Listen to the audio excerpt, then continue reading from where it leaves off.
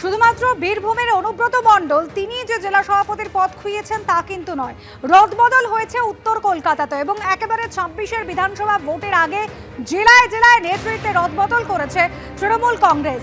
জেলার সভাপতির পদ হারিয়েছেন সুদীপ বন্দ্যোপাধ্যায় এবং অনুব্রত মণ্ডলের কথা তো আগেই বলেছি। উত্তর কলকাতা জেলা তৃণমূলের সভাপতির পদ তুলে দেওয়া হয়েছে, আর উত্তর কলকাতায় তৃণমূলের সংগঠনের দায়িত্ব দেওয়া হয়েছে ৯ জন সদস্যের কোর কমিটিকে।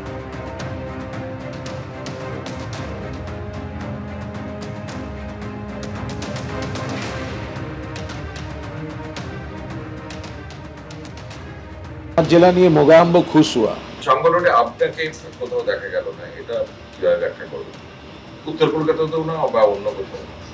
উত্তর কলকাতাতে তার কারণ হচ্ছে আমি নিজে রাজ্য কমিটির সাধারণ সম্পাদক, তো সুতরাং এক একজন ব্যক্তিকে সব জায়গায় দেখা যেতে হবে এরকম কোনো দৃষ্টান্ত বেশি না থাকাই ভালো। আর এটাই প্রথমবার নয়, কয়েক বছর আগেই সুদীপ বন্দ্যোপাধ্যায়কে সরিয়ে তাপস রায়কে উত্তর কলকাতা জেলার সভাপতি করেছিলেন মমতা বন্দ্যোপাধ্যায়, কিন্তু মাঝপথেই তাপস রায়কে সরিয়ে ফের সুদীপ বন্দ্যোপাধ্যায় ওই পদে আনেন তিনি। আর পরিবর্তনের কারণটাও প্রকাশ্যে জানিয়েছিলেন তৃণমূল নেত্রী। নর্থ ক্যালকাটা সুদীপদা দীর্ঘদিন ধরে আমায় বলছিলেন সুদীপদাই নর্থ ক্যালকাটাটা দেখুক, ওখানে আর নতুন করে আমরা কিছু করছি না। মমতা বন্দ্যোপাধ্যায় তখন বলেছিলেন যে উত্তর কলকাতায় নতুন করে কোনো পরিবর্তন করা হবে না, কিন্তু একেবারে বিধানসভা ভোটের আগে জেলায় জেলায় নেতৃত্বে রদবদল করলো তৃণমূল কংগ্রেস। একেবারে বীরভূম মডেল, সেটা কিন্তু ফলো হলো এই উত্তর কলকাতার ক্ষেত্র। জেলা সভাপতির পদ হারিয়েছেন সুদীপ বন্দ্যোপাধ্যায় এবং এক্ষেত্রেও তৃণমূলের সংগঠনের দায়িত্ব উত্তর কলকাতায় একটি কোর কমিটিকে দেওয়া হয়েছে, যে কোর কমিটির সদস্য সংখ্যা ৯ জন। আর এই নিয়ে বিজেপি নেতা তাপস রায়, যাকে কয়েক বছর আগে তিনি যখন তৃণমূলে ছিলেন সুদীপ বন্দ্যোপাধ্যায়কে সরিয়ে তাকে কলকাতা জেলার সভাপতি কয়েকদিনের জন্য করা হয়েছিল, কি বলেছেন তাপস রায় শোনাবো। উত্তর কলকাতায় এখন এই ৯ জনের কোর কমিটি হয়েছে, আবারও সুদীপ ব্যানার্জি কান্নাকাটি করবে, আবারও প্রেসিডেন্ট হয়ে যাবে। আর সেটাও যদি না হয় তাহলে নয় না প্রেসিডেন্ট হয়ে যাবে।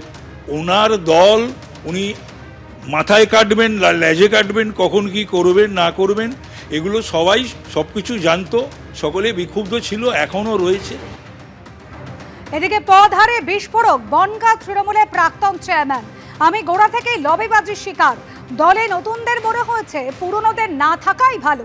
নতুন প্রজন্ম হয়তো ভেবেছে আমি থাকলে ক্ষতি হবে, পুরনোরা থাকলে হয়তো নতুনদের জায়গা নষ্ট হতে পারে। দলের মধ্যে অনেক রকম লবিবাজি হয়, বড় বড় নেতারা তারা যে সমস্ত সিদ্ধান্ত নেন সেই সিদ্ধান্তই চলে, এমন বিস্ফোরক মন্তব্য করেছেন বনগাঁ তৃণমূলের প্রাক্তন চেয়ারম্যান শ্যামল রায়। আর এই শ্যামল রায়কে সরিয়ে তৃণমূলের নতুন চেয়ারম্যান হয়েছেন মমতা বালা ঠাকুর।